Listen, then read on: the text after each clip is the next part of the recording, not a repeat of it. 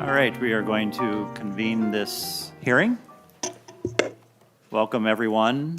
Today is Friday, March 10th, 2023, and the time is 11 minutes after 1 o'clock. This is a hearing of the Minnesota Transportation Committee, and we are in room G23 of the Minnesota State Capitol. So, members, we have 7 bills on our agenda. And, and we have a quorum. And in accordance with the rules of the Senate, the following members will be participating remotely in today's hearing. Senator Coleman from Waconia, Minnesota, Senator Herr from St. Paul, Minnesota, although I think we might see him later in person. Senator Port from Burnsville, Minnesota, Senator Lang from Olivia, Minnesota, and Senator Howe from Rockville, Minnesota. We're going to jump members and to the public to item number 2 on the agenda, Senate File 553, Senator Morrison.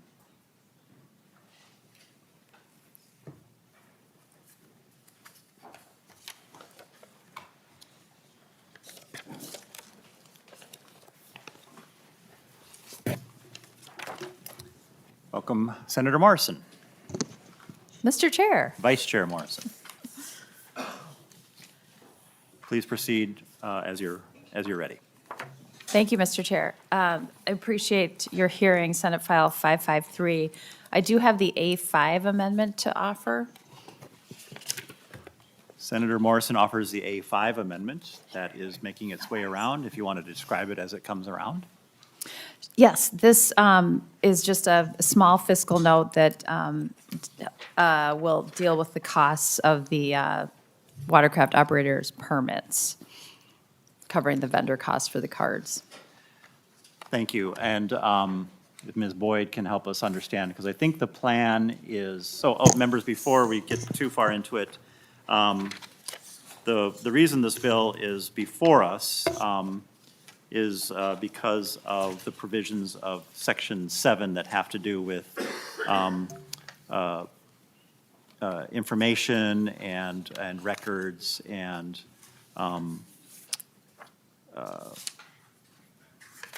some indicators on licenses or identification cards. And so this appropriation relates to that matter. So, Ms. Boyd, in an earlier conversation, you had described that we're making this appropriation from the driver services operating account for these purposes, but this bill is going to make its way back to environment, and somehow or another, the DNR is actually going to pick up this cost and make the account whole. Can you help us understand that plan? Mr. Chair, that is correct. That's my understanding of the plan right now. That hasn't been voted on, so in the Environment Committee yet. But I believe the intention is to, with this amendment, make clear that the card vendor costs at DVS will be paid for out of the appropriate source. As we know, those operating accounts are not in great financial shape right now. So this bill is going back to environment for, I believe, other purposes. And the intention, I believe, at this point is to make a transfer from a DNR account, a watercraft account, into the DVS account to make that account whole for this appropriation. Great. Again, that's just the plan now. Great. Thank you. Senator Morrison, anything further to add on the A5? I don't believe so, Mr. Chair. Members, any questions on the A5? If not, all in favor say aye. Aye. Aye. Opposed say no. Motion carries. Senator Morrison, to the bill or to the provisions that, well, if you want to just describe very briefly what the bill accomplishes, and then if you can touch a little bit on the matters in Section 7 that bring the bill to this committee. Yes, Mr. Chair, thank you. Without being too long-winded, just for some context on Senate File 553, which is a bill to expand Minnesota's existing boater education program. We all know Minnesota is blessed with a wealth of lakes and rivers, and we have a large and growing boating community that loves to recreate on those bodies of water. We rank second in the United States for registered watercraft and first per capita. And I do think one of the silver linings of the pandemic is that we saw many people reconnecting or connecting for the first time with the outdoors, and getting out on the lakes was a part of that boom. In the last few years, 16,000 new motorized watercraft have been registered and added to our waters. This has inevitably led to increased boating traffic on our lakes and rivers. Many have observed unsafe operations, operating in shallow water, damaging aquatic plants, disturbing lake sediments, and shoreline erosion. And we've seen a rise in boater fatalities, most in situations where the operator had no safety instruction. We are one of just a few states that does not require all boaters to take an education course and test before launching on our lakes and rivers. Currently, a person with no boater training can buy a boat capable of going 70 miles an hour or putting up a 5-foot wake and launch with no training or experience. So Senate File 553 would create an online boater education course that includes best practices for boater safety, aquatic invasive species prevention, etiquette to reduce user conflicts, and an understanding of lake ecology, so boaters know how poor boating operation can cause damage to the fisheries, shorelines, and water quality. This bill has the support of a large coalition that includes boat dealers, lake associations, law enforcement, chambers of commerce, and resorts, which is very nice, because some of the groups that have come together to create this coalition often are at odds. So this is one of these kind of happy kumbaya moments for the most part. And I don't know if I do have some testifiers here today. I don't know if there is time for them, or if you want to just reserve for questions, Mr. Chair. Senator Morrison, if your testifiers aren't really speaking to the matters before the committee, I don't want to disappoint people who've made a trip down here, so if they're not speaking to the matter before the committee, why don't we do this? Ask them to come forward and abbreviate their testimony to like 60 seconds. Fair enough, Tell us Mr. that this is Chair. a good idea. But really the substance of the issue is whether or not we think in this committee, whether or not we should be, interacting with, DNR, with DVS information and vice versa, and placing, indicators on our driver's license and ID cards, et cetera. So, thank you. Certainly, Mr. Chair, and if there are further questions, it will be going back to environment, so there will be another opportunity to adjust things if there is appetite for that. Yes. All right, so who do I have on my list? So I have Jeff Forrester, my constituent, so he gets to go first. He's also first on the list. And then Lori Skelly, and then we have 2 testifiers who are going to testify remotely. So, yeah, so all the testifiers, we know you think this is overall a good idea, boating safety, even though boats move you from point A to point B really aren't transportation in the classic sense. So, Mr. Forrester. Chair Dibble, members of the committee, thank you for hearing this bill. Thank you, Senator Morrison, for carrying it forward. The provisions, I think, that are before this committee on the driver's license piece really came out of us working with law enforcement and conservation officers as a way to simplify their ability to see if someone had taken the course. Thank you. I like that. That was very brief, to the point, spoke Very right to the issues in front of our committee. Thank you, Mr. Forrester. All right, questions for the testifier? All right, Lori Skelly, please come forward.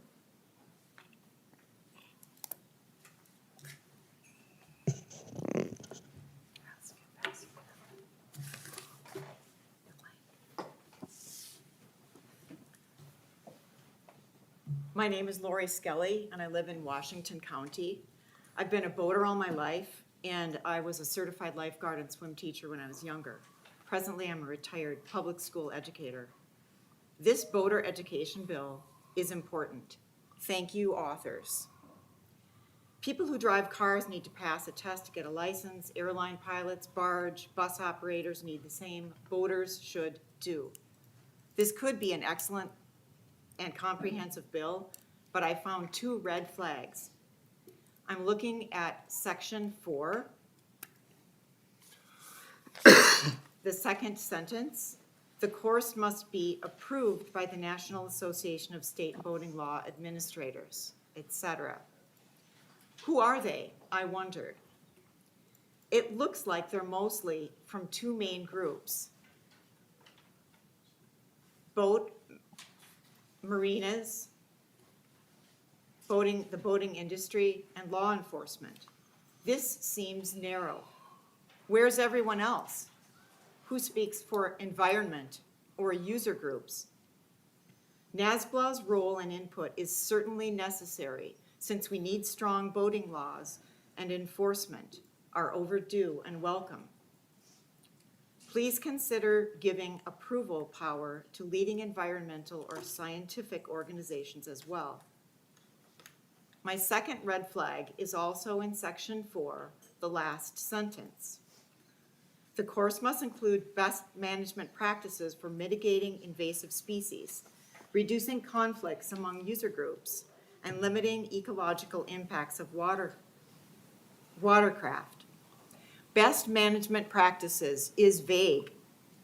Best management according to whom? It could mean anything.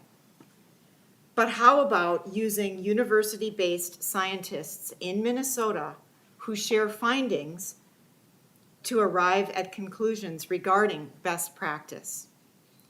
When combined with safety data and accident records, isn't that stronger? I urge the committee to make best management practices more concrete and specific. A comprehensive boating curriculum could teach water safety, respect for other users, and environmental competency all at once. If the license includes all three important aspects of training, why not give equal weight to the approval processes of all three, plus make best management practices more specific? Is government nimble enough to make these important changes? I hope so. Thank you very much. Thank you, Ms. Skelly. I have Joe Schneider from the Minnesota Coalition of Lake Associations on Zoom. Welcome. Please introduce yourself and proceed. We can see you and hear you. All right. Can you hear me? Yes, we can. Perfect. Thank you, Mr. Chair and members of the committee. Thanks for the opportunity to speak on Senator Morrison's very important bill. I'm going to be very quick today. My name is Joe Schneider. I'm here representing the coalition, Minnesota Coalition of Lake Associations. We're volunteer, nonprofit, and work to protect our public waters in the state of Minnesota. We are here to support Senate File 553. I have nothing specific to speak to the Transportation Committee other than to let you know and to confirm what Senator Morrison said, that many groups that don't normally work together are in agreement on this one. So thank you for your support. Thank you very much. I have Gabriel Jabor on Zoom, although we don't see Gabriel. So we will go back to Senator Morrison and to the committee. Oh, actually, first I'll ask, would anyone else like to testify on Senate File 553? All right. So back to the committee now for questions, conversation, or amendments. Senator Jasinski. Thank you, Mr. Chair. I don't have any amendments. Just a couple of questions. And I know we looked at this last year, at least within our caucus, and there's obviously some things we're concerned about and some things that were good. So the one I know some small resort owners were concerned about, it would be limiting their business for visiting coming in. And I see there's an exemption for of someone, a non-resident coming in that's using a watercraft less than 60 days. Which addresses that, but now we're having somebody come in that doesn't know much about it, and they're out doing it just as well as our residents are. Is the concern here been talked about with the resort owners as far as how this would impact their business if we're limiting that and making it more restrictful to have visitors that come to our state, which is obviously huge in Minnesota here? Has there been talk with the resort owners of how this would affect their businesses? Senator Morrison. Thank you, Mr. Chair, and thank you, Senator Jasinski. There has been a lot of conversation with resort owners. I think that for the most part, they are on board. I might defer to Mr. Forrester. But the idea, obviously, again, the 30,000 foot view is to make our lakes safer. and without, of course, adversely impacting people's businesses. But I think in the end, this will help their liability too, if most of the people who are doing business at their resorts have the training that they need if they have no experience boating. Did you thank- say, Senator Jasinski? Thank you, Mr. Chair, and Senator Morrison again. And then following up, so again, I saw somewhere in here, I'm sorry, I was working on another bill, which we'll talk about later today, so I don't get too much of the details, but the smaller resort owners have the capability of doing a summarized test for people to meet this as well. Did I see that somewhere in there? Or was it an abbreviated test or something they can do online, or, I agree with the online portion, but I thought I saw something in there about that, but. Mr. Chair, I think Mr. Forrester can answer this question. Mr. Forrester? Yes, Mr. Chair, members of the committee, my name is Jeff Forster. I have spoken with the community of Minnesota resorts, and Joel Carlson and a number of them. There's a, paper rules of the road, so the bill would create like a shortened version that they would give people. They had concerns about liability, and we're working with Joel to get that ironed out. I think that it's not going to be an issue, but they've been actively engaged in this from the start. I'm trying to remember, there was another piece of your question, I think. The test, was there some testing that they could do there? It was online? Yes, So they and could there will actually- be, there will be, the language creates both an online course and a short test, and then a paper test. So people could do either. I mean, their concern is, you've got everybody checking in and checking out basically at the same time. If you're renting 10 or 15 boats, you don't have, you can't, you don't have an hour to spend with everybody, So, sorry, we're getting a little afield of the subject matter of the committee, but I'm looking under exempt operators, and it says exempt operators include those who are not a resident of the state temporarily using the waters for a period not to exceed 60 days. Are we saying, though, but they still have the opportunity to understand the rules of Right, they can basic be safe given a, boating? Mr. Chair, members of the committee, they can be given kind of a short form, rules of the road, which can help. It's good to note, too, that I think Minnesota is one of only 7 or 8 states in the country that doesn't have a watercraft operator certification. So most or all, I think, of our neighboring states do. So it's a pretty small slice of people that would be coming here that don't have a watercraft operator's license. All right. Thank you. And then just Senator one Jasinski. follow-up that maybe the testifier talked to about. So is this is a watercraft safety right-of-way lighting, those things, and then we talked about the invasive species. I mean, is this a dual purpose, or are we talking just the traffic portions of that? And again, I'm okay with the traffic portions of it, but if we get into the whole big environmental thing, is that what other states are doing? It just seems like that might get pretty complex when you get into all those. I mean, obviously, the rules of the road, who has the right of way, those things, where you should go, you shouldn't go. But this isn't going to be a test on which plants, I guess I just want to know what the intent of the author is on the testing on this portion of it. Senator Morrison. Mr. Chair and Senator Jasinski, thank you for the question.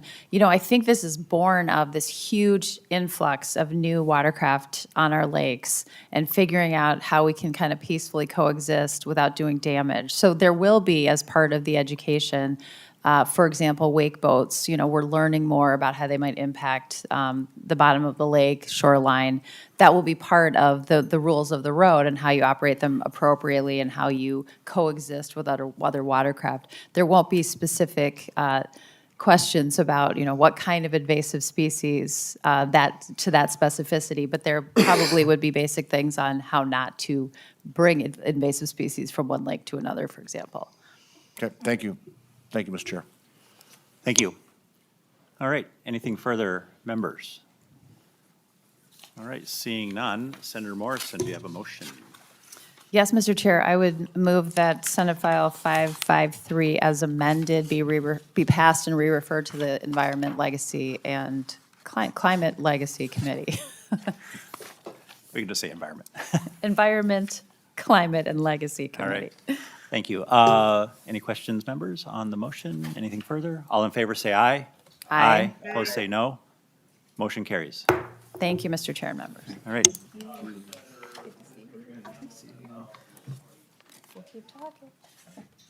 Mr. Chair, I know we had some concern last meeting. I know there was an amendment drafted. I haven't seen it in my packet yet, but I did talk to Senator Lucero. He worked through the language with his people, and he believes we have a amendment that will address the issue. I don't have it in front of me, but if staff can tell me which one it is, I'd surely be happy to offer it. All right, so do I do that by vote? Or? So I will take Senate File 843 from the table, and then we will find the amendment in question. Thank you, Mr. Chair and Senator Jasinski. The A4 amendment is the amendment that should have been distributed, and it's posted publicly. So to begin, on Wednesday night, we heard Senate File 843, but then adopted the A2 author's amendment and then laid the bill on the table. So to ensure that the language is both incorporating the A2 and the A4, the A4 is a delete everything amendment. So the first thing I want to do is just walk through what's been included and identify the portions that were amending the bill from the A2 and portions that were amended as part of this discussion about emergency pumping with stakeholders. So on section 1, there's a new paragraph A that defines emergency pumping services as a sewage septic tank truck's response to 3 enumerated conditions. One is uncontrolled and unintended seepage of the contents of a septic system into the ground or around a structure into a body of surface water. 2, damage or malfunction to a septic system that requires removal of the contents for the septic system. And 3, a condition that creates an immediate hazard to the health, welfare, or safety of a person. So this is just creating the conditions of which the truck would respond to that would then create the exemptions provided later on in the section. So then paragraph B is partially the language from the bill, as well as including the reference to when the truck is performing emergency pumping services. The set forth statutes relating to tire weight, the seasonal weight limit exemptions, and the gross weight schedule do not apply. And the seasonal weight limits under 169.826 also do not necessitate a permit, and that's paragraph C, and that is unchanged from the underlying bill and was not changed by the A2. Paragraphs D and E in section 1 are also from the original bill and not changed. They deal with seasonal weight increases and the bridge load limits posted under 169.84. Paragraph F is the change brought in by the A2 amendment dealing with the tire recommended load of a tire manufacturer's recommended load, and makes other references to the Code of Federal Regulations for a vehicle's gross vehicle weight rating. And then paragraph G is new in the A4, and that applies to not allowing this exemption to apply to the operation of a sewage septic tank truck's operation on an interstate highway. This is language that is brought in by the A4 but was not in the A2 or the underlying bill. Then in section 2, the only real note in terms of what's been added is in clause 5, where it specifically says a sewage septic tank truck while performing emergency pumping services. And then it also merges in the language from the A2 about the truck not exceeding 20,000 pounds per single axle and is designed and used exclusively to haul sewage from septic or holding tanks. The other changes from the A2 in the head note and other conforming changes are folded into this as well. So the only real change in section 2 is providing that specific language about performing emergency pumping services and captures the A2 amendment about the 20,000 pounds per single axle. So that's the high-level differences between the A2 and the A4 delete everything amendment. All right. Questions, members? All right. Would anyone like to speak to the bill from the public in light of the changes made in the A4? Right. Mr. Krieger.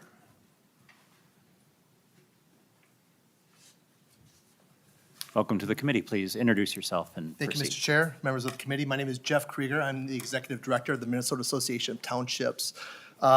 We are okay with the, and good with the definition of emergency. I just have one question regarding part of this, or one part of this. There's an exemption to 169.826 in state statute, the winter increase amounts. And I was just hoping for an explanation on that, if I could, please. Senator Jasinski or Mr. Greenfield, can you help us? I can't give any further elaboration as to why that reference was included, but I can tell you that it was in the original bill as amended, the reference to 169.826, applying specifically to septic sewage tank trucks. So there's not been a change to incorporate that reference. It's just been brought along from the underlying bill language. And Mr. And Chair, I Senator think that was a Jasinski. MnDOT recommendation, so maybe from someone from MnDOT can come up and address that one, I believe. Is anyone from MnDOT prepared to respond? Thanks.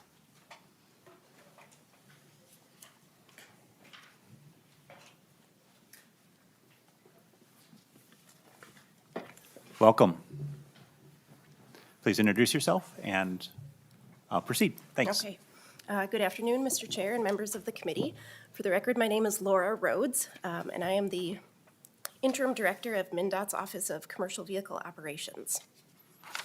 I also don't know the sort of ultimate history of why that specific kind of section is included or why it's referenced as both kind of an exemption, and then you see it appears again in paragraph D where it says it does not apply. My only hypothesis that I can come up with is that the statute section this is being added to includes exceptions for other vehicles, including certain emergency vehicles, utility vehicles, and tow trucks, and it's sort of laid out similarly. And so I don't know if, when it was originally drafted, that somebody looked at that statute section and kind of tried to match it to the exceptions for the other vehicles. So, Mr. Krieger, help us understand a little more specifically, what is 169.826 and what is the concern?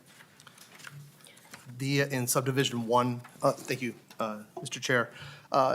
In subdivision one, it talks about the winter increase amounts that limitations provided in sections 169.823 and 169.829 are increased by 10% between the dates set by the commissioner for each zone. Like I said, it's just a little confusing, and I'm just wondering if that takes away any limitation at all. And so when it says that it can increase by 10%, does that mean that it can increase even more if there's an exemption to that? That's just where kind of my confusion was, if that makes sense. Kind of. Are you able to respond? Mr. Greenfield? Mr. Chair and members, again, I can't speak to the intent behind that inclusion, but I can say confidently that previous iterations of this attempt to draw an exemption for sewage septic tank trucks, both in the Senate and the House over the last few biennia, have included this reference to 169.826. So whether it's just been carried forward as part of language from year to year, I'm not entirely sure. I would be happy to work on an oral amendment if that would be the route the committee wants to go. But at the same time, I think I'm not entirely sure why it's been carried in this drafting convention for as long as it has. Unfortunately, my predecessor's not here to put her on the spot, but I think the intent is to carve out specifically exceptions in paragraph C, D, and E with the specific pieces that might override the exemption that's being set forth in 169.829 with the proposed subdivision 5. So I can't speak to it with any sort of authority, but what can I can offer my amendment services or seek further clarification. Senator Jasinski, what's your pleasure? Thank you, Mr. Chair. Again, I want to, as I've talked about this before, again, I didn't have any concerns about the previous weight exceptions we've done because they're on larger roads, but this one really focused on me because I think township roads are the ones that really get beat up during this frost and thaw season, so I want to make sure we address that issue. I thought we had it, but that's a little bit more technical than I'm used to doing, so I would leave it, I would ask the townships what they're looking at to confirm that or where you feel comfortable with. Again, I'm trying to represent the townships because I know they're a concern in my district and across the state, because this would, this is going to affect township roads much, so I would take the input from the townships, Mr. Krieger, and ask for his input on that. I Mr. appreciate Krieger. that, Senator Dibble and Senator Jasinski. I think at this point, I don't want to hold up your bill for this. I do appreciate the opportunity to testify on this with the notion that we could readdress this at a future date. I would appreciate that. Mr. Chair, that works for me, we could do that. All right. So, So I think you want me to offer the A4 amendment? yes, so Senator Jasinski offers the A4. Did we do that? Oh, so Senator Jasinski offers the A4. Any further questions on the A4? All in favor, say aye. Aye. Opposed, say no. Motion carries. And then my suggestion would be we go ahead and move this to the floor. There's still a lot of process in the House, so we can work out some of these issues there and/or, work it out in the House and somewhere it'll resolve. So. Just want to say Senators- thank you, Mr. Chair, and thank you, Senator Lucero, for allowing me to make this change to address the issue with our township roads, so thank you. All right, so Senator Jasinski moves Senate File 843 as amended, be recommended to pass and referred to the Senate floor. Anything further, members? All in favor, say aye. Aye. Opposed, say no. Motion carries. All right, moving on. Who's next? Oh, I'm next.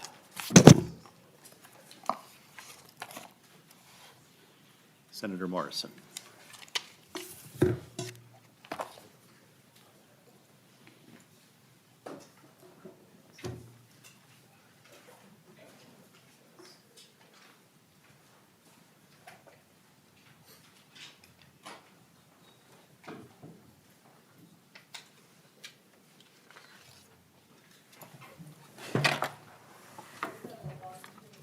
Chair Dibble, welcome to the testifiers table. Thank you, Madam Chair and members, and I'll start, thank you for the opportunity to present Senate File number 671. And I'll start with an author's amendment, which I failed to bring up with me, so I can't remember what the amendment number is. The A1, okay, so I'll offer the A1 amendment. Thanks. And members, the A1 is, like I said, it's an author amendment, but I'll explain it. It deletes Section 4, which is a kind of a complicated way of funding the initiative that this bill represents, and simplifies it, makes it a general fund appropriation. Thank you, Senator Dibble. So let's move to adopt the author's amendment A1. All in favor, please say aye. Aye. Opposed, nay. The amendment is adopted. Please proceed, Chair Dibble. So, Madam Chair and members, what this bill seeks to do is a couple of things. One is to support the efforts and the work that nonprofit car sharing programs are doing in Minnesota. Probably the best well-known one, the only one? The only one is Our Car, which has been moving quite decisively into ensuring that there's more and better access for car sharing electric vehicles.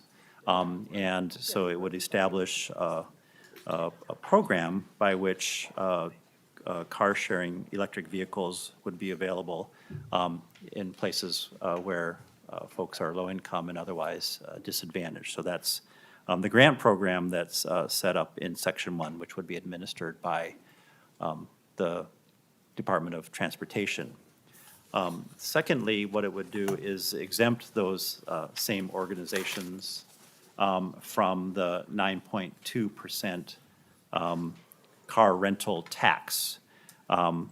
It would still, those cars would still be subject to the regular sales tax, But as members may know, car rental taxes are pretty extraordinary in Minnesota. We have the regular sales tax, we have the 5%, what we call a fee, it's really a tax, and then we have the 9.2%.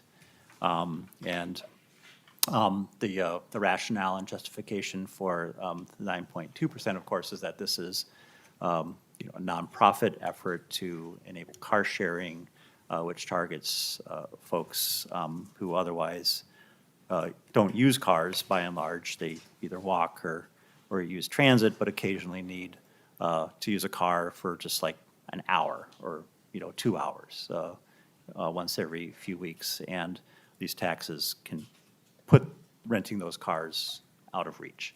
And in fact, we had an initiative in Minnesota a few years ago called Car2Go, and was chased out of our state because of so these are folks who are very, very price sensitive because they're low income, and that option was made unavailable to them because they just simply couldn't do enough business because enough people found just the tax element, 15% or so, just priced these cars out of reach for them. So with that, Madam Chair, I would like to turn to Paul Schroeder, who is the director of Our Car, and Russ Stark with the City of St. Paul, who can talk a little bit more about the idea. Welcome, Mr. Schroeder. Please state your name for the record and proceed with your testimony. Thank you, Madam Vice Chair, Senator Morrison, Senator Dibble, committee members. My name is Paul Schroeder, and I am the CEO of Our Car, Minnesota's original nonprofit shared mobility service. As Senator Dibble said, Our Car has been connecting people to their communities since 2005. And in February of last year, Our Car launched EV Car Share in partnership with the cities of St. Paul and Minneapolis, Xcel Energy, the American Lung Association, and East Metro Strong. EV Car Share offers a fleet of shared electric vehicles that can be used to take one-way trips in the metro area. People use EV to connect to all kinds of needs, to medical appointments, to shopping, work, etc. They can also use EV to get to the bus or train. And we know this service is meeting a need. Last year, EV users took over 60,000 trips, totaling over 700,000 miles. This reduced an estimated 5,000 metric tons of greenhouse gas, and more importantly, saved Twin Cities residents, we estimate, nearly $20 million in transportation costs for personally owned vehicles. 39% of our usage came from Black, Indigenous people of color, and 36% came from people earning less than 60% of area median income. We know that transportation costs are rising. Last year, they grew at double the rate of housing costs. So the success of EV Car Share points to the potential of shared electric mobility options to both reduce carbon emissions and create significant return on investment to the community in the form of transportation cost savings, especially for those communities that can least afford it. This represents a real opportunity, a true win-win situation. We're already working with the City of St. Paul to expand EV Car Share deeper into the east side, and we're partnering with Xcel Energy to make shared electric vehicles available at low-income multifamily projects throughout the region. We just opened our latest electric car share hubs at low-income multifamily complexes in Little Canada, Richfield, and Bloomington in the past 2 months. Something that makes our service less affordable than it could be is that car share users are currently obliged to pay the 9.2% rental car tax on all trips. Nonprofit car sharing was specifically exempted from the 5% rental car fee passed in 2005. SF 671 simply extends the same exemption language found in the rental car fee to the rental car tax.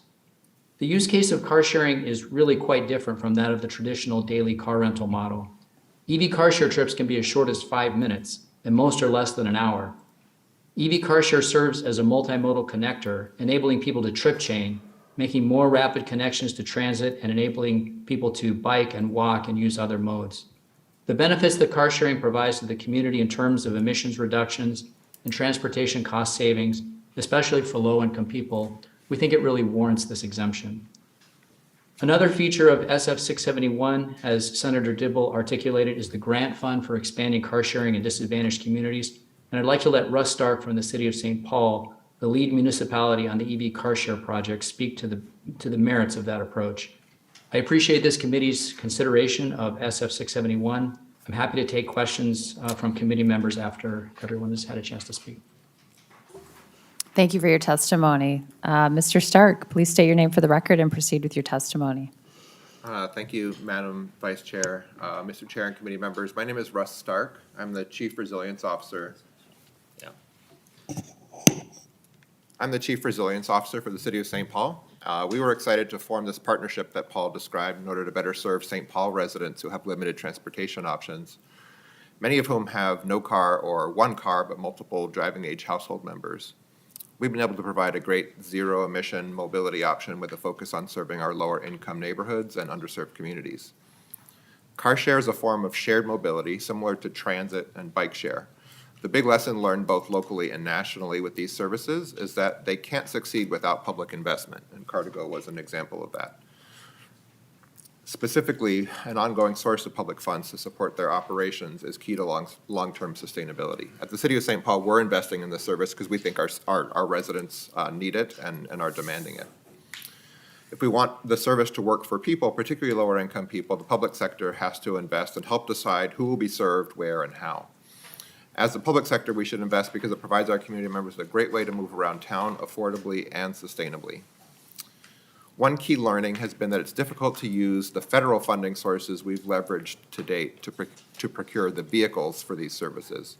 There's a lot of money coming in the federal infrastructure package for EV charging that we can utilize for that aspect of the operations, but none specifically for the vehicles. There are many restrictions on how federal funds can be used, especially when it comes to this vehicle procurement process. Having local dollars with fewer restrictions, both as operating capital and federal match, will make it much easier to launch and expand projects like EV. Car share services would be useful well beyond St. Paul and Minneapolis, though. We've heard interest from many suburban communities in Hennepin and Washington counties, from Rochester, Northfield, Faribault, Duluth, and Bemidji, just so far. There are successful models for car sharing in rural communities like Mio Car in California. That operates mostly in the Central Valley, that could be pursued in Minnesota. What's needed is a dedicated funding source to get the ball rolling. It's a modest investment that can have a big payoff for our community. Thank you, and look forward to being able to answer any questions that you might have. Thank you for your testimony. Is there anyone else in the audience who would like to testify on Senate File 671? Okay, members, discussion. Senator Jasinski. Thank you, Madam Chair. And Senator Dibble, I guess we've been working together long enough along with Senator Newman because I had the A2 drafted that came from the general fund as well. So I appreciate your A1. So I don't have to offer my A2, but we always talked about leakages, and I thought with a surplus like this, I think it's much more appropriate to come out of the general fund and not coming out of our HU TDF fund. So thank you very much. Yes, my A1 was the Newman honorary anti-leakage amendment. Members, other questions? Senator Dibble. Thank you, Madam Chair. Appreciate the opportunity to present this bill. I see our friends from Enterprise here. They're not talking, but we're together on another issue. So I'm with you on that. So we're gonna figure that out. Madam Chair, I would move Senate File 671 be recommended pass and be referred to the Committee on Taxes. As amended. As amended. Didn't I say that? As amended. Okay, members, all in favor, please say aye. Aye. Opposed, nay. All right. Senate File 671 as amended is passed and referred to the Committee on Taxes. Thank you, Senator Dibble. Next Thank you, up. Madam Chair. Thank you, Madam Chair and members. All right, yeah, we have another, I don't actually have it in front of me, it's another vehicle bill. Madam Chair, if you could remind me of the Senate file number. Senate File 1530, Senator Dibble. Yeah, and so this is another kind of grammatical bill.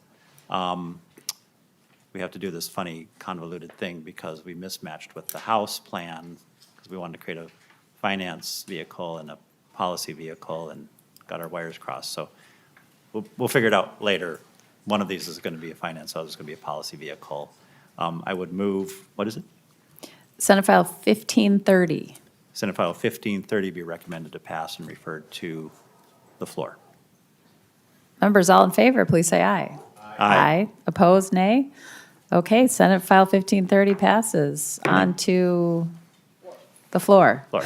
Yes, thank you, Thank Madam you, Chair, Senator members. Dibble.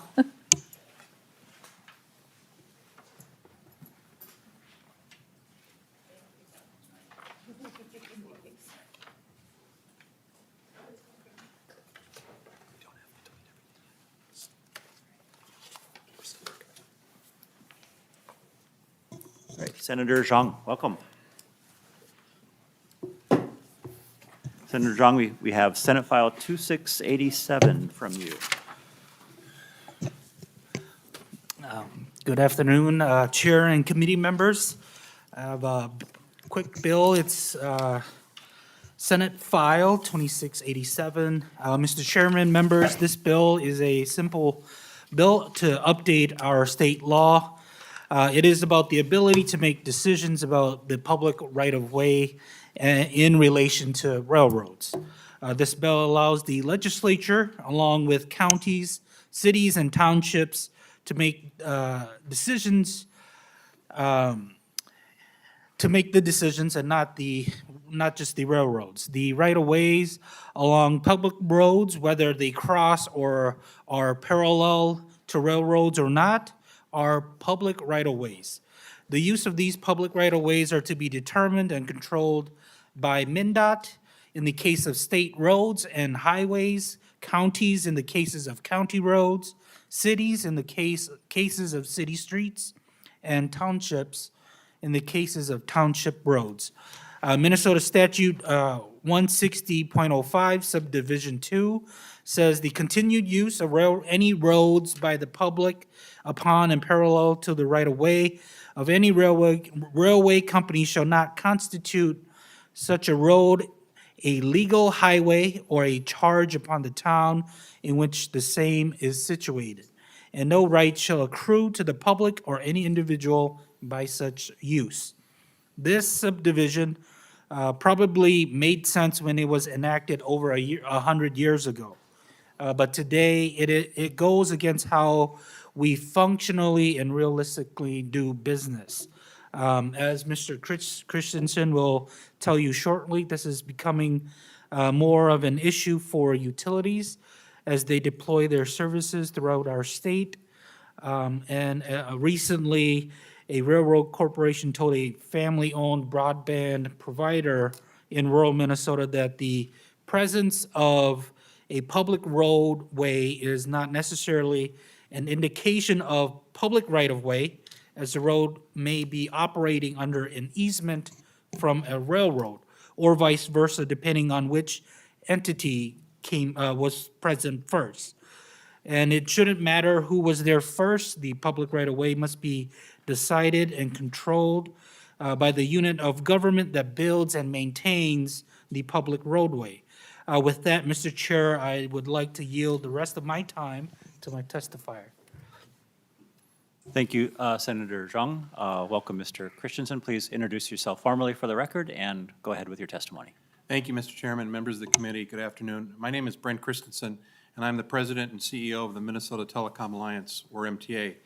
MTA membership is a mixture of family-owned, cooperative, privately held, and publicly traded broadband providers throughout Minnesota. While MTA members have many different corporate structures, one thing we have in common is our commitment to serving Minnesota. And I appreciate the opportunity to testify in favor of Senate File 2687, and very much appreciate Senator Xiong for bringing this bill forward. I'm guessing the first question that you probably have is, why are broadband providers interested in repealing an obsolete road statute? And the answer is, as we continue to deploy broadband throughout Minnesota, we have to cross or parallel more and more railroad tracks. In 2016, the legislature passed a bill that was signed into law that states that utilities must pay railroads a flat fee of $1,250 for crossing railroad-owned private property. If the property or if the crossing or parallel is in a public right-of-way, there is no fee. In short, railroads are trying to make money off of the public right-of-way using this subdivision as their justification.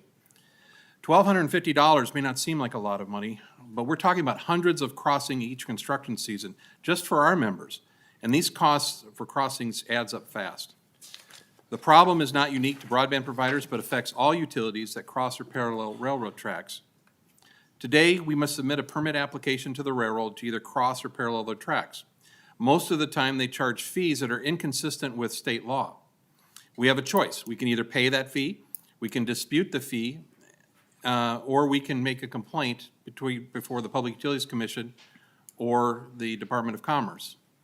Those take time, and we have a short construction season. One of my members filed a complaint with the Department of Commerce over 18 months ago, and it still hasn't been resolved. These are costing utilities needless time and money and delays the deployment of broadband during our already short construction season. Mr. Chairman and members, railroads should not determine what is public right-of-way. The state of Minnesota, counties, cities, and townships should make that determination. I would appreciate your support for this bill, Mr. Chairman, and with that, I'd be happy to stand for questions. Thank you, Mr. Christensen. Would anyone else like to testify on Senate File 2687?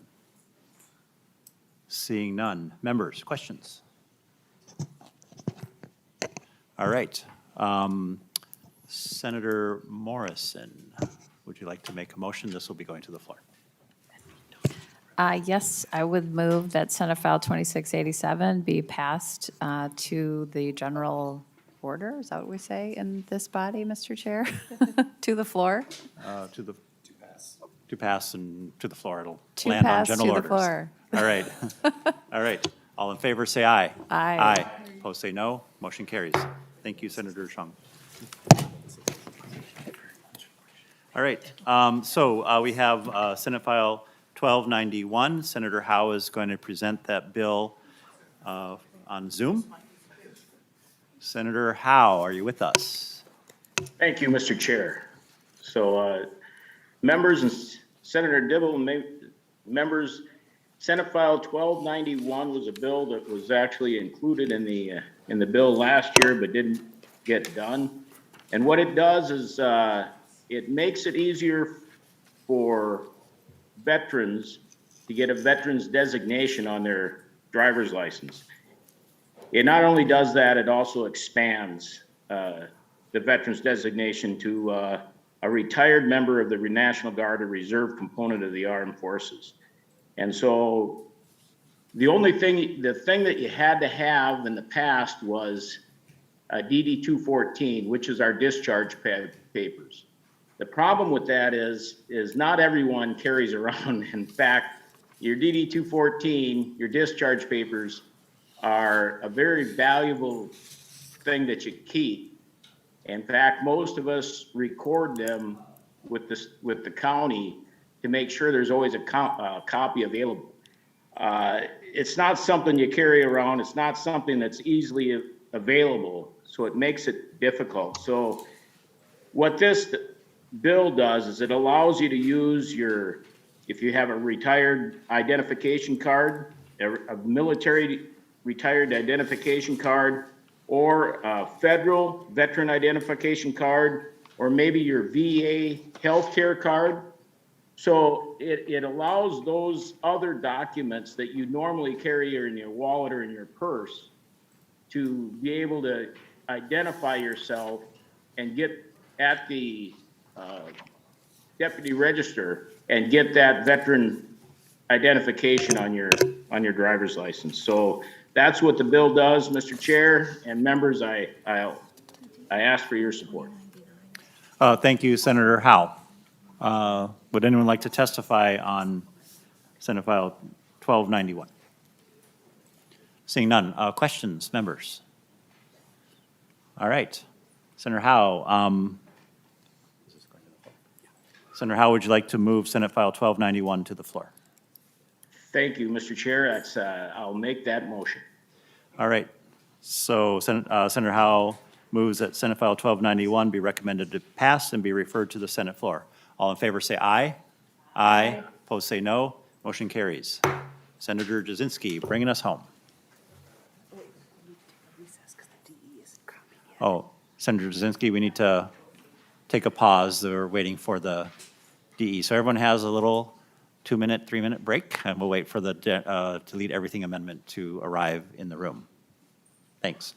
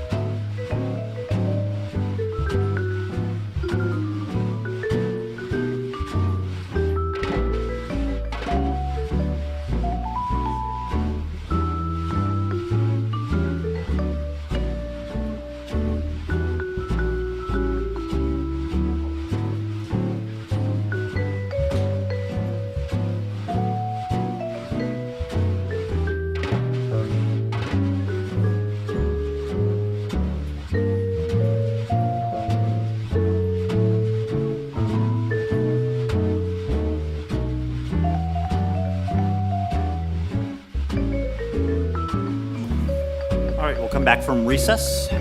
Senator Jasinski, 2099.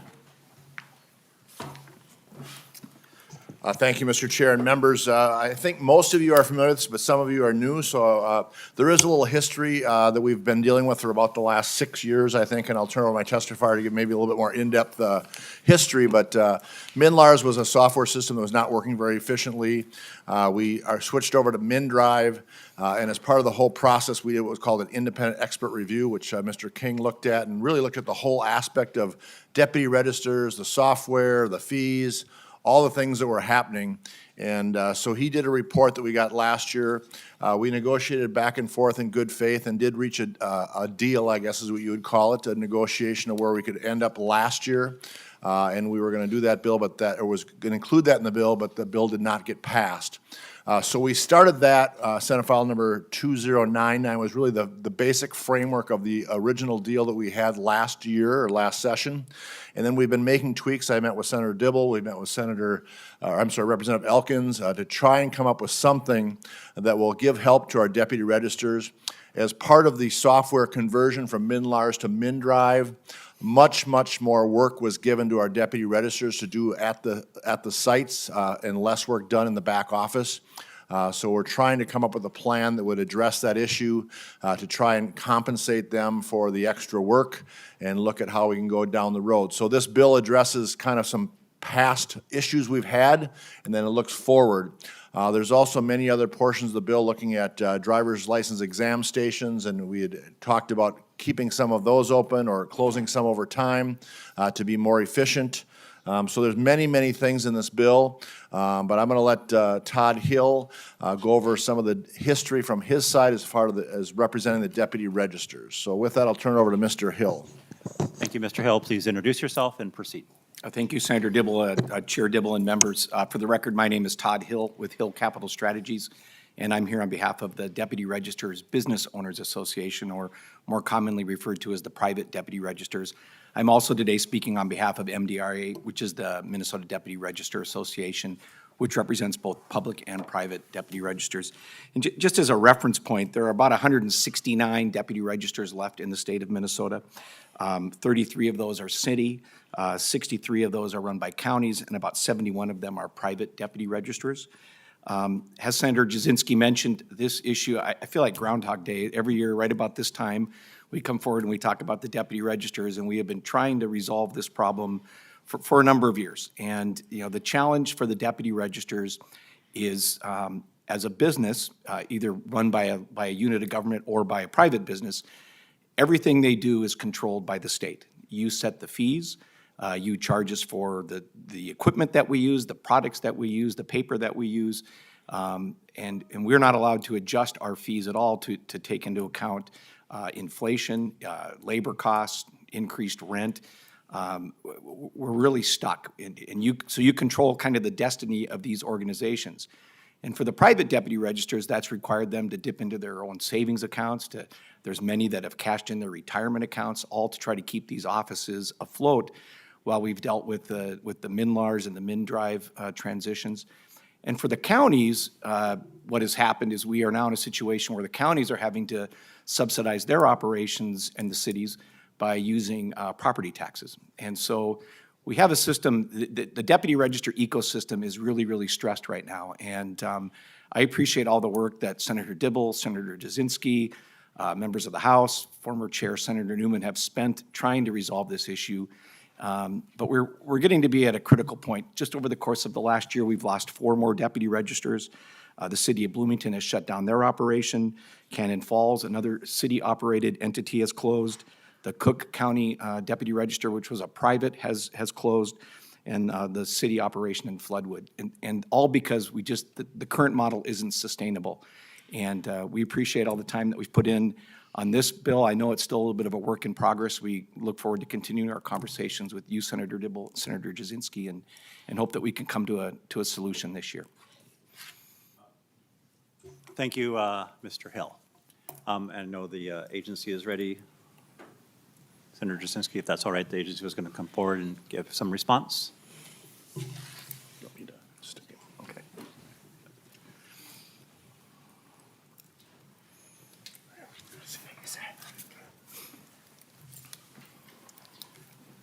Welcome to the committee, Director. Please introduce yourself and proceed.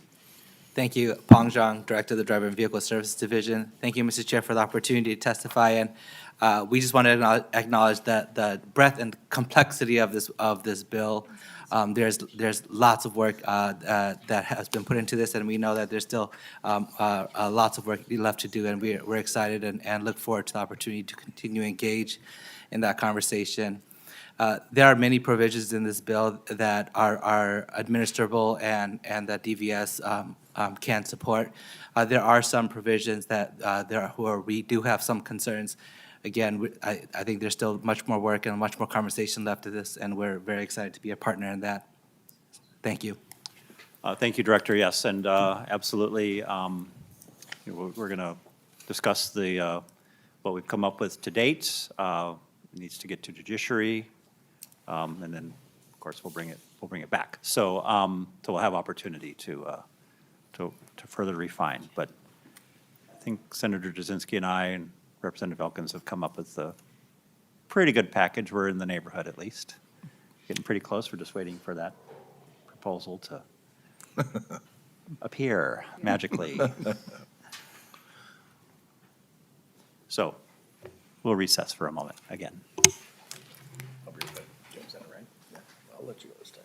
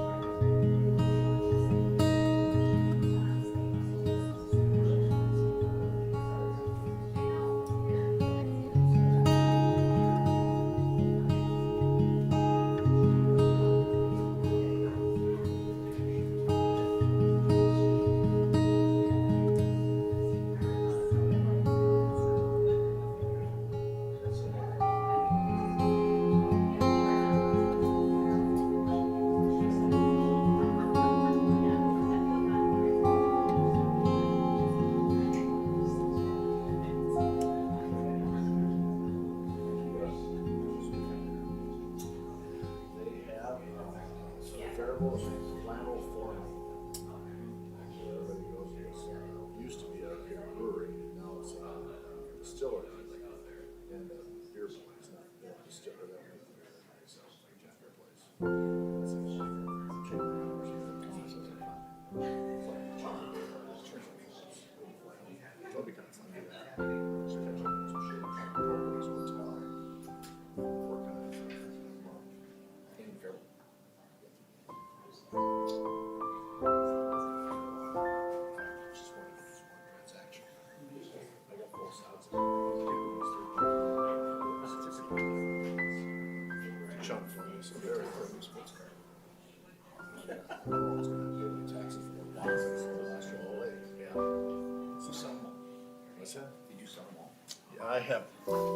I have one available that I could sell, I'm just keeping it.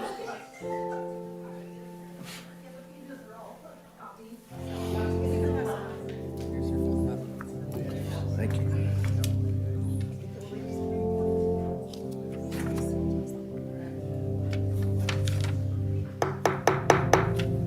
Okay, the highly anticipated, much awaited A3 delete everything amendment has arrived. Senator Jasinski, did you want council to do walkthrough, or how would you like to handle Thank the you, Mr. Chair. Yeah, presentation rather of than the A3? duplicating a matter of time, I know we all want to get out of here. I think it's best for Mr. Greenfield to go through it, and it's been, I just want to comment, this has been changing a lot in the last 24 hours, as you well know, but I want to thank our staff and all our people that have been working on this, as well as yourself, Senator Dibble, to try and get to an agreement that I think is really a shared sacrifice that works for everybody. It has some really good things in there, so with that, I'll turn over to Mr. Greenfield. Not to put you on the spot, Mr. Greenfield, but could you please walk through this 20-page delete everything amendment? Thank you. Mr. Chair, with pleasure.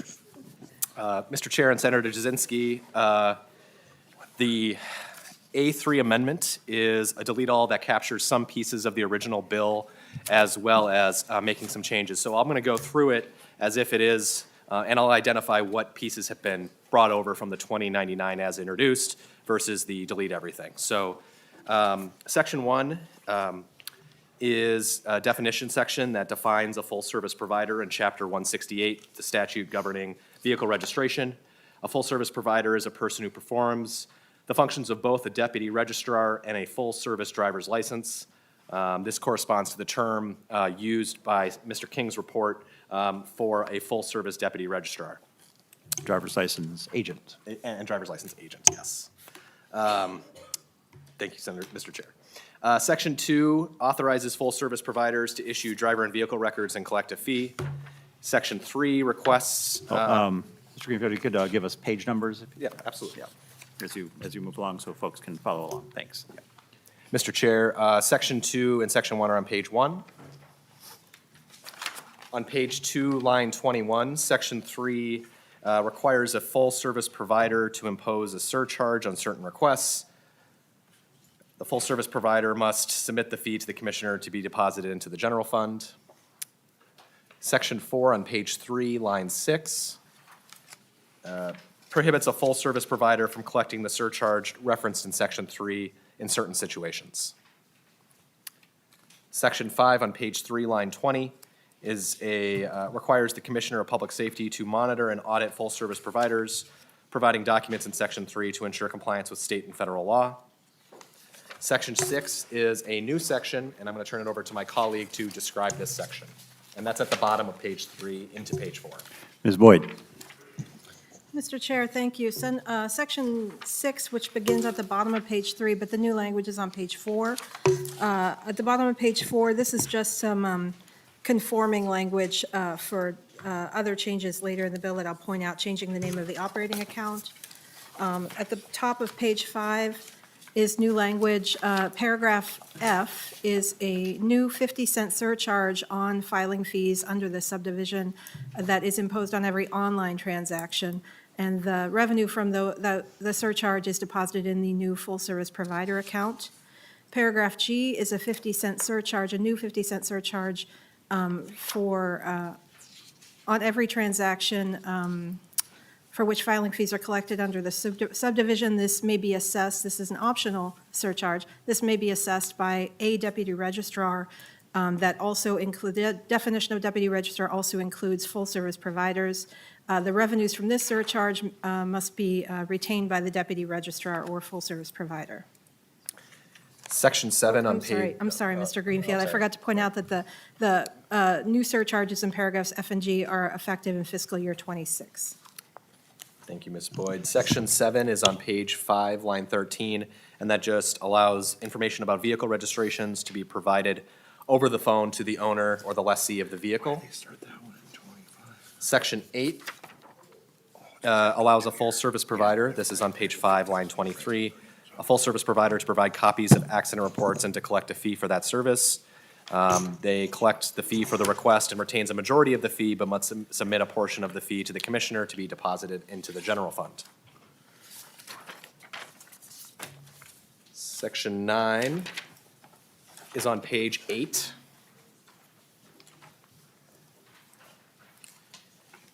On line 8, the Section 9 requires the Commissioner of Public Safety to monitor and audit full-service providers, providing documents under Section 7, which was the vehicle registration information section. Section 10 is a definition of full-service provider, cross-referenced into the chapter of law governing driver's licenses. Section 11 is requires the Commissioner to establish, Section 11 is on page 8, line 19, requires the Commissioner to establish an electronic process for an applicant to submit a pre-application to apply for a driver's license or identification card, and this process applies to the Commissioner, full-service providers, and driver's license agents. Section 12 increases the filing fee for driver's license transactions. That's on page 9, line 1. Fees for a new application for a non-compliant, Real ID compliant, or enhanced driver's license or identification card are $16, while fees for a renewal application are $11. And you'll see that broken out on page 9, lines 4 to 7. And that would be from the current $8. All right, thank you. Section 13 is a provision governing the commissioner to post on the department's website. This is on page 10, line 6, to make available for study the material used in the driver's manual and provide study support materials for the written and skills exam. And they must ensure that the driver's manual and study support materials are easily located and available free of charge. Section 14 is mostly unchanged from the underlying bill as introduced. I'll point you to, I believe, a change in the bill on lines 9.25 to 9.28, and perhaps the Department of Public Safety can weigh in this change, but we removed some language regarding the making a notation on the record when looking up a driver's record. That process seems to be already captured by MnDOT auditing trails. I'm not sure whether I wholly recognize that, but that provision has been taken out. So the difference between Section 14 and Section 15 or Section 13 in the as-introduced bill has that slight change. I think you're looking at page 10.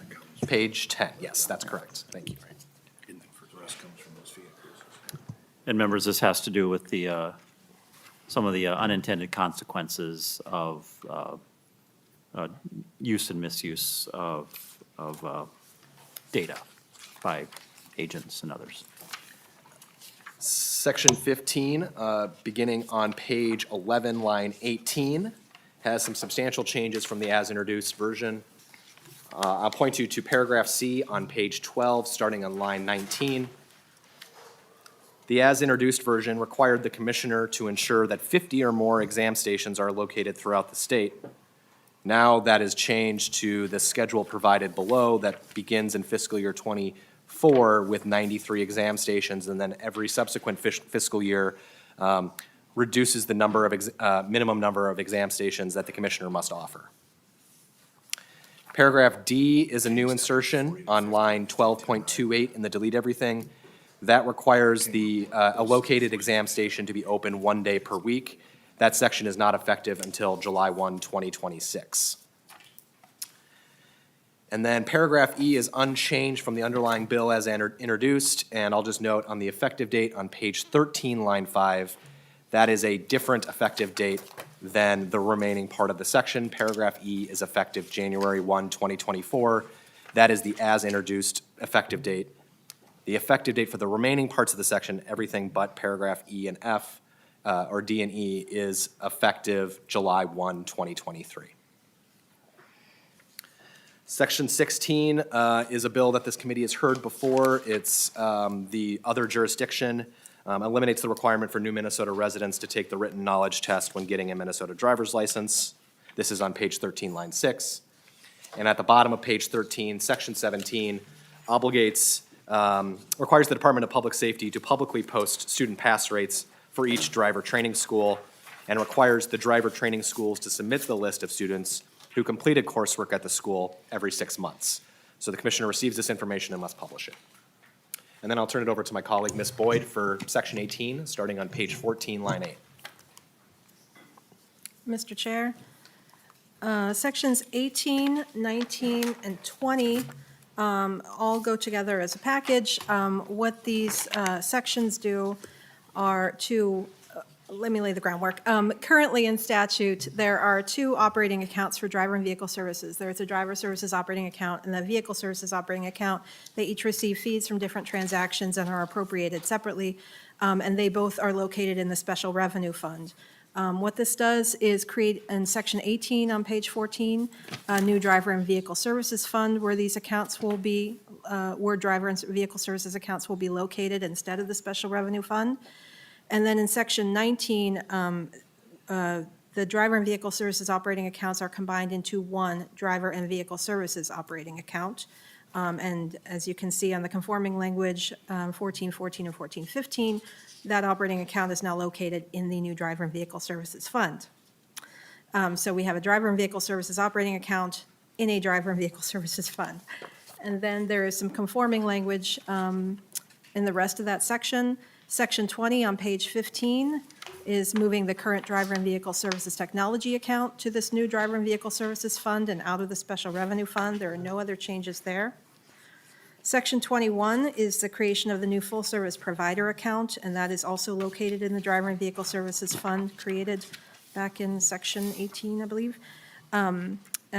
Paragraph A just creates the account and says that it consists of surcharges that were described in an earlier section that are to be deposited in this account and any other money to be provided to the account. Paragraph B says that the money in this new account is annually appropriated to the Commissioner of Public Safety for distribution to full-service providers and to deputy registrars who are not full-service providers. And this is to be done proportionally based on transactions conducted within the last quarter. And these distributions will go out quarterly. I'll note that the last sentence in that paragraph B at the bottom of page 15 says that for the purposes of the distribution calculation in this paragraph, the number of transactions completed by a deputy registrar as opposed to a full-service provider must first be multiplied by, and that is to be filled in at a percentage of the number of transactions completed for their disbursement. That's Mr. Chair and members, section 22 begins on page 16, line 3. This is requiring a report that evaluates deputy registrars and driver's license agents' operations within the grand scheme of the vehicle registration and driver licensing system. There are a few requirements that are provided by the report, clauses 1 through 9. This report is effective the day following final enactment, and the report is due from the Commissioner of Public Safety on July 1st, 2024. Page 17 is another reporting requirement. This one is more narrowly tailored to the independent expert review. So if you note on page 17, lines 2, it's talking about, or line 4, excuse me, about the recommendations and operations that relate to, on the next clause down, review recommendations from the independent expert review of driver and vehicle services that was issued on January 12, 2022. And then the lengthy requirements of the report begin on page 17, line 19. A lot of these recommendations were included in the as introduced. I'll note on at the bottom of page 18 is the only new insertion to this list for the report's requirements. Clause 18, beginning on line 29, and that just evaluates the validity of potentially expanding the renewal window. Mr. King had advocated for an 8-year renewal window in his independent expert review. So this requires DPS to study 4-year renewal period, 5-year renewal period, 6-year renewal period, 7-year renewal period, 8-year renewal period, and recommend a proposed fee structure if based on that specific allotted amount of time for a driver's license renewal. And the provision from 4 to 8 years, which was in the 2022 Senate language, has not been carried forward in this bill. And then Section 24 is an appropriations section. That is on page 19, and I'll let Ms. Boyd take it from there. Mr. Chair, this appropriation section is largely the same as in the underlying bill. I'll note the differences. Paragraph A in the underlying bill was direct appropriation from the general fund of $7 million in each of 24 and fiscal year 24 and fiscal year 25 for distribution to full-service providers. Since the creation of the full-service provider account in this language, these are now transfers from the general fund of $10 million a year into that full-service provider account, and the language for the disbursements is in the account language. And then on the last page, paragraph B is the same as in the underlying bill. It's an appropriation of $750,000 one time from the department, or I'm sorry, from the Driver and Vehicle Services operating account to the department for reimbursement to driver's license agents for equipment necessary to become a full-service provider. Paragraph C and D are largely the same as in the underlying bill as well. These are for staffing costs related to other provisions in the bill. Paragraph C is for staff related to monitoring and auditing records issued by full-service providers, and paragraph D is for staffing costs for the appeals process for data access revocations. The amounts of these paragraphs are slightly different to match the updated fiscal note that came out recently. Thank you, Ms. Boyd and Mr. Greenfield. Senator Jasinski. Thank you, Mr. Chair. Again, I want to thank you as well as Representative Elkins and as well as Mr. King, all our staff, the DRs, DVS, for working on this to come to some type of a compromise. Again, this may not be the final product, but I think we have a structure that's going to work well. I'm open to doing some tweaks, by either the stakeholders of the department to continue this bill forward. There's been a lot of work put into it. I think it is a good bill that really tries to help our deputy registers for the things they've had to deal in the past with MnLARs, transitioning to MnDrive. I just think it's a good bill, and I want to thank everyone for working on it and hope for your support. So thank you, Senator Jasinski. I think we need to move the A3 and adopt it. With that, Mr. Chair, I would ask to approve the A3 amendment. All right, which would actually constitute an author's amendment. All in favor of the A3, say aye. Aye. Opposed, say no. Motion carries. Senator Jasinski, to the public, this is kind of a first blush, so I'm not going to ask for testimony. There'll be a lot of opportunity for both talking with us in our offices as well as public testimony as we work further on refining this package. So I won't call for public testimony at this time. Senator Jasinski, but I do want to ask for questions from the committee. Members, questions, comments, amendments? Seeing none, Senator Jasinski, would you like to move Senate File 2099 as amended, be recommended, passed, and referred to judiciary? It has to go to judiciary members because it has some of these data elements to it. Thank you, Mr. Chair. So moved. All right. Anything further, members? All in favor, say aye. Aye. Opposed, say no. Motion carries. All right. Thank you, Mr. Chair and committee members. Members, I know you are going to be very unhappy to hear that we are not going to have committee on Monday. I know you love hanging out in this committee, but we're going to give you a little breather, a little break, and we'll be back at it on Wednesday. With nothing further, we are adjourned. Have a great weekend.